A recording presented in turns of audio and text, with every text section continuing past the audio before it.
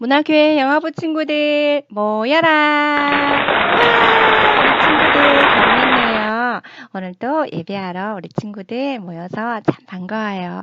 친구들, 그런데 우리 너무 오랫동안 누구 보고 싶은 사람들이 없나요? 전사님은 선생님들이 너무 보고 싶었어요. 그래서 오늘 선생님들 한번 불러볼까요? 우리 친구들 같이 선생님 한번 불러볼까요? 시작! 선생님! 우와! 우리 선생님들 다 모였네요. 이렇게라도 선생님들 얼굴 보니까 너무 좋네요. 너무 아름답죠? 친구들, 오늘은 엄마는 심부름꾼 우리 찬양하면서 예배 시작하도록 해요.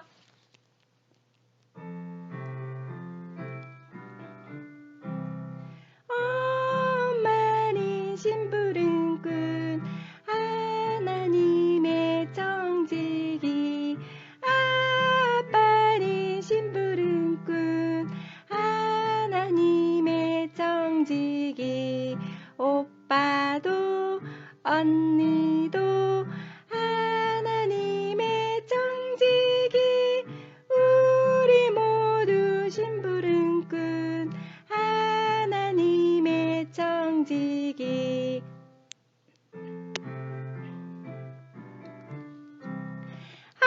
할머니는 심부름꾼 하나님의 청지기 할아버지는 심부름꾼 하나님의 청지기 누나도 영님도 하나님의 청지기 우리 모두 심부름꾼 하나님의 청지기 아멘.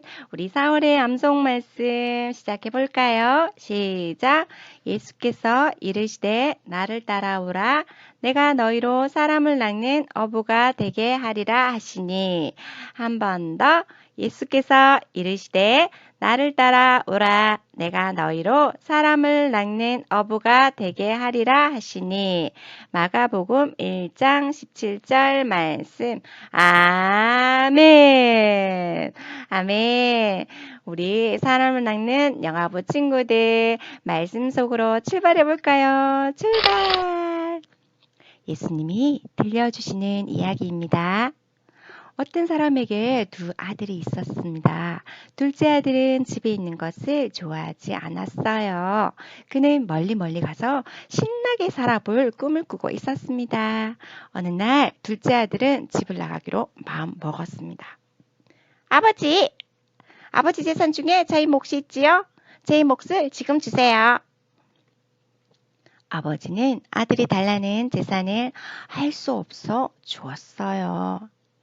그러자 그것을 가지고 먼 나라로 가버렸어요. 처음에는 행복했어요. 가고 싶은 곳에 다 가고 사고 싶은 거 다 사고 먹고 싶은 것도 다 먹고 하고 싶은 거 다 했어요. 하지만 곧 돈이 똑 다 떨어졌어요. 먹을 것을 살 돈조차 남아있지 않았어요. 할 수 없어 돼지치는 일을 하기로 했어요. 그러나 돼지가 먹는 쥐엄 열매도 배부르게 먹을 수가 없었어요. 내 건데 꿀꿀꿀꿀꿀꿀. 그때 먹을 것이 풍족한 아버지 집이 생각났어요. 집에 가고 싶었어요. 하지만 아버지가 자기를 좋아하지 않을 것이라는 생각이 들었어요. 다시 생각했어요.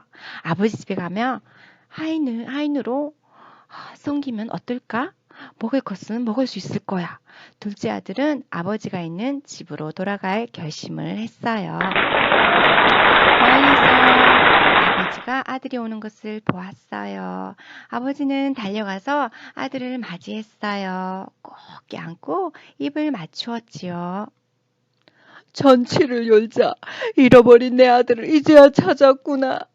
아버지, 저를 하인으로 삼아주세요. 아버지는 종들에게 말했어요. 제일 좋은 옷을 입히고 손에 가락지를 끼우고 발에 신을 신기라.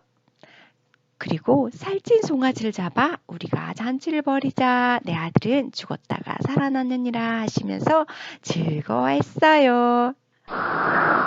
첫째 아들은 동생이 돌아왔다고 잔치를 하는 아버지께 화를 내면서 말했어요.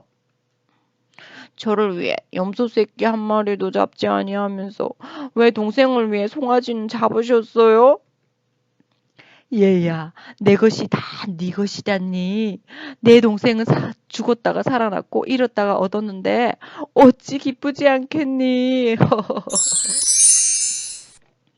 영화 친구들, 오늘은 둘째 아들이 집을 떠나보면 신날 것 같아서 집을 나갔는데 빈털터리가 되어서 돌아왔어요. 그런데 아버지는 그 아들을 애타게 기다리셨어요. 그분이 우리가 믿는 하나님이세요. 우리가 하나님께 돌아갈 수 있는 것은 예수님이 우리의 잘못한 죄를 위해서 대신 혼나고 죽어주셨어요. 그 예수님을 믿으면 우리의 아버지 하나님께 돌아갈 수 있어요. 오늘도 우리를 죽기까지 사랑하신 예수님께 감사하며 예배하는 시간이 되었으면 좋겠습니다. 오늘의 제목은 첫째, 둘째 복입니다. 마태복음 5장 3, 4절 말씀입니다. 함께 읽어볼까요? 시작. 심령이 가난한 자는 복이 있나니 천국이 그들의 것이며 애통하는 자는 복이 있나니 그들이 위로를 받을 것이며. 아멘. 아멘. 오늘은 예수님께서 말씀하신 산상수훈의 첫째, 둘째 복을 말씀 전할 거예요. 이 말씀은요, 십계명 출애굽한 하나님 백성에게 주신 하나님의 성품이 담긴 말씀이죠. 근데 이렇게 산상수훈도 기독교의 기본 원리, 도덕을 나타내는 말입니다. 이 두 가지의 공통점이 있어요. 무엇일까요? 맞아요. 이미 구원을 받은 백성에게 주시는 약속입니다. 아직 예수님 믿지 않는 사람들에게 하시는 말씀이 아니에요. 하나님 믿는 하나님 믿는 사람들의 삶에 대한 이야기를 예수님이 하신 이야기죠. 기독교의 근본 원리이기도 하죠. 예수님이 이 천국 복음을 가르치자 가난하고 병든 자들까지 많은 사람들이 몰려왔어요. 예수님이 이 사람들에게 복에 대해서 말씀하십니다. 이 팔복 중에서요.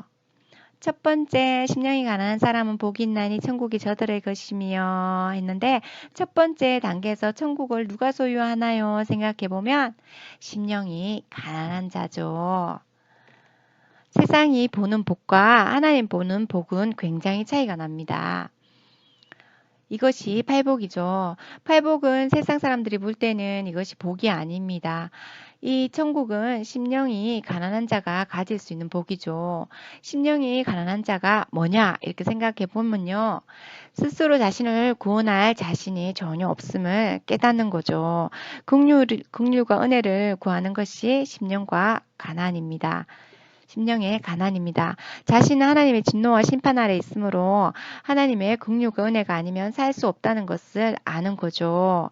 그래서 하나님께 의존할 수밖에 없다는 자신의 영적 가난을 깨닫는 것이 심령이 가난한 것이라고 할 수 있죠. 이것이 바로 하나님 말씀하시는 복입니다. 우리는 살면서 수없이 탈락의 경험을 많이 닥칩니다. 그때마다 성도들은 알게 되죠. 나는 엄마의 자격이 없구나. 아빠의 자격이 없구나. 모든 것은 나의 능력이 아니구나. 하나님 보이시는 거구나. 그런데 우리는 사람들에게 자격을 찾습니다. 저 사람은 부모의 자격이 있나? 저 사람은 저 위치에 갈 자격이 있나? 라고 하죠. 자기가 설정해 놓은 기준에 따라서 결정하는 거죠. 부모의 판단 기준은 하나님께 있는 것입니다. 하나님이 부모의 자격을 주신 거죠. 그래서 부모에게 사명을 주신 것이라고 우리는 말하죠. 이러한 믿음이 없으면 우리는 자주 실족할 수밖에 없습니다. 성경에 있는 심령의 가난은 나의 영적 가난을 인지하고 수긍하는 것을 의미해요. 내 안에는 죄밖에 나올 것이 없다는 것을 인정하는 것이죠. 이것이 심령의 가난함, 마음의 가난함이라고 합니다. 그래서 하나님의 도우심 없이는 절대로 우리가 하나님 나라에 들어갈 수 없다는 것을 확실하게 자각하는 것입니다.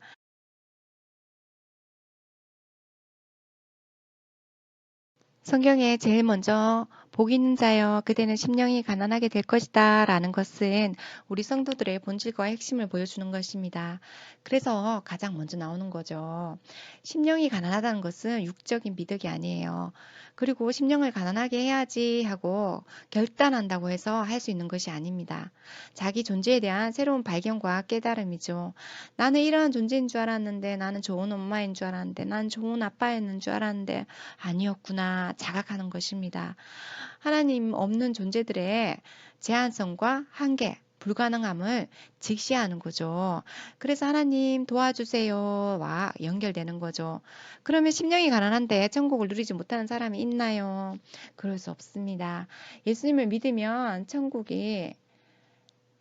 천국을 소유할 수밖에 없죠. 심령이 가난한 결과로 터져 나오는 것입니다. 그 결과로 터져 나오는 것이 애통이죠. 하나님의 긍휼을 믿고 자기 죄와 부정함을 내려놓고 자백하고 우는 것이죠. 그래서 죄로부터 진정한 자유를 누리는 것과 하나님의 위로를 경험하는 것이 심령의 가난과 애통입니다. 탕자 이야기에서 둘째 아들이 언제 아버지를 생각했냐 하면 돈을 다 낭비하고 배가 고플 때이죠. 돈이 많아서 풍족하게 쓸 때가 아닙니다.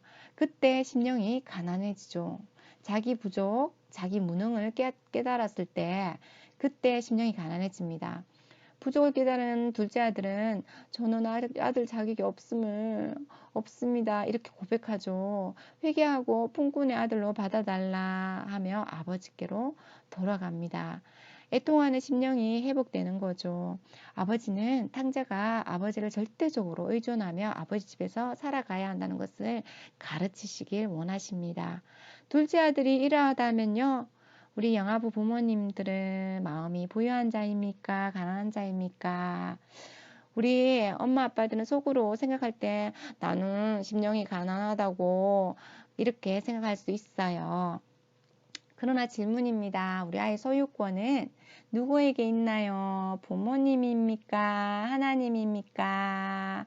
그렇죠. 하나님께 있죠. 심령이 부자인 부모님의 행동은 자녀의 소유권을 부모가 가지고 부모 생각대로 양육하는 이런 마음이 심령이 부자인 심령입니다. 심령이 가난한 부모는 자녀의 소유권이 하나님께 있는 줄 알아서 내가 가진 지식과 내가 가진 힘으로 자식을 양육할 수 없다는 것을 알고 긍휼하심을 구하고 여호와를 경외하는 것을 최우선으로 여기는 것이죠. 심령이 가난하다고 하면서 세상의 것에 치우쳐 있다면 심령의 가난한 양육의 태도가 아닙니다. 내가 할 수 있다는 것입니다. 탕자가 나도 아버지 재산을 가지고 잘 살 수 있다. 아버지가 필요 없다 했었죠. 하지만 자신의 무능을 깨닫고 애통함으로 돌아오는 것입니다. 행동은 말보다 큰 메시지를 전달하죠. 우리가 예배 시간에 지각하는 것, 예배에 결석하는 것 한 번쯤 생각해 볼 필요가 있습니다. 학원 갈 때 지각 한 번 안 하던 엄마가 교회 갈 때는 날마다 지각을 한다거나 결석을 하거나 이것은 심령이 부자인 것입니다. 자기 생각으로는 심령이 가난하다고 생각하지만 심중에 있는 태도를 보면 알 수 있죠. 우리 자녀들의 우선순위를 바꾸어 양육한 것을 애통하며 회개해야 합니다. 생명은 하나님께로부터 왔기 때문이죠. 하나님 말씀으로 양육하지 않으면 탕자가 낭패한 것처럼 우리도 낭패와 실망을 당할 수밖에 없죠. 잘못을 깨닫고 집으로 돌아온 탕자의 아버지는 탕자를 사랑했어요. 그렇다면 예배를 우선시하는 부모는 심령이 가난한 부모입니다. 아기의 영혼을 위해 애통해하며 기도하는 부모, 말씀을 가르치는 부모는 자기가 스스로 할 수 없다는 걸 알기 때문에 하나님께 맡기는 태도죠. 이것이 예배를 우선시하는 부모의 태도입니다. 그러나 예배를 소홀히 하는 부모는 심령이 부자인 부모입니다. 아기를 내 힘으로 키울 수 있다. 그리고 아기를 그냥 내버려 두는 부모죠. 예수를 믿는 부모인데 누가 자기의 마음이 부자라고 생각하겠습니까? 하지만 예배를 우선시하지 않고 자기 마음대로 키우고 말씀을 떠나서 뭔가 자기가 해보겠다고 자기 생각대로 끌고 가는 것은 마음이 부자인 것이죠. 결국엔 감당할 수 없는 좋지 않는 열매를 맺을 수밖에 없습니다. 그래서 심령이 가난한 것이 복이고 애통한 것이 복입니다. 주 은혜 없이는 자녀를 마음대로 키울 수가 없다는 것을 고백하고 이후에 따라오는 행동이 여호와를 경외하고 우선시하는 거죠. 우리 가끔씩 엄마들 아우 제가 너무 피곤했어요. 지각했어요. 라고 얘기할 수 있어요. 하지만 말씀은 송이꿀보다 더 달달한 말씀을 말로만 아이들한테 하는 것은 정말 아이들에게 믿지 못하는 태도인 거죠. 생각해 볼 필요가 있습니다. 교회에 만약에 예를 들어서 그만 예배에 지각 안 하고 빨리 오면 그만등이 준다 하면 지각할 분 몇 분 계실까요? 결국은 행동이 말보다 큰 말을 하는 거죠. 심령이 가난해야지 하나님 주신 자식을 제대로 키운다는 최고의 선인 하나님이 키워주실 거란 믿음이 최고의 믿음입니다. 이것이 처음의 복 심령입니다. 잘못을 깊이 인식하는 그 자체가 은혜죠. 우리도 잘못을 회개하고 주님께 돌아가면 주님이 사랑해 주시죠. 말씀으로 우리 한번 들어가 볼게요. 시편 말씀입니다. 같이 한번 읽어보겠습니다. 나는 가난하고 궁핍하오나 주께서는 나를 사랑하시오니 주는 나의 도움이시오 나를 건지시는 이시라. 나의 하나님이여 지체하지 마소서. 시편 40편 17절 말씀. 아멘. 이 말씀은 다윗의 시편이에요. 다윗은 이스라엘 왕입니다. 이 시편을 썼을 때도 이스라엘 왕이었죠. 자신을 가리켜 가난하다, 궁핍하다고 합니다.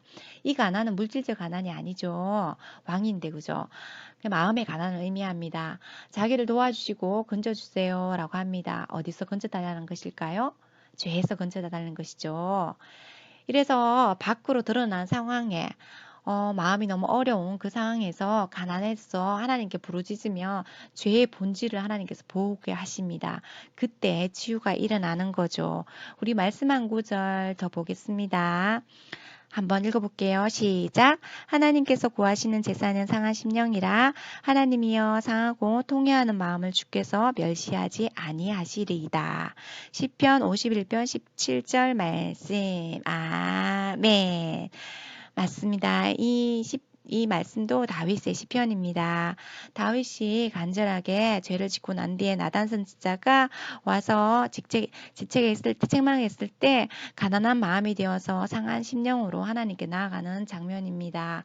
우리는 이렇게 가난한 심령이 되어야 합니다. 심령이 가난한 자의 부르짖음이죠. 자기의 전적인 나약함을 깨닫고 하나님 도와주세요. 애통함이 저절로 터져나오는 것이 복이 있는 사람입니다.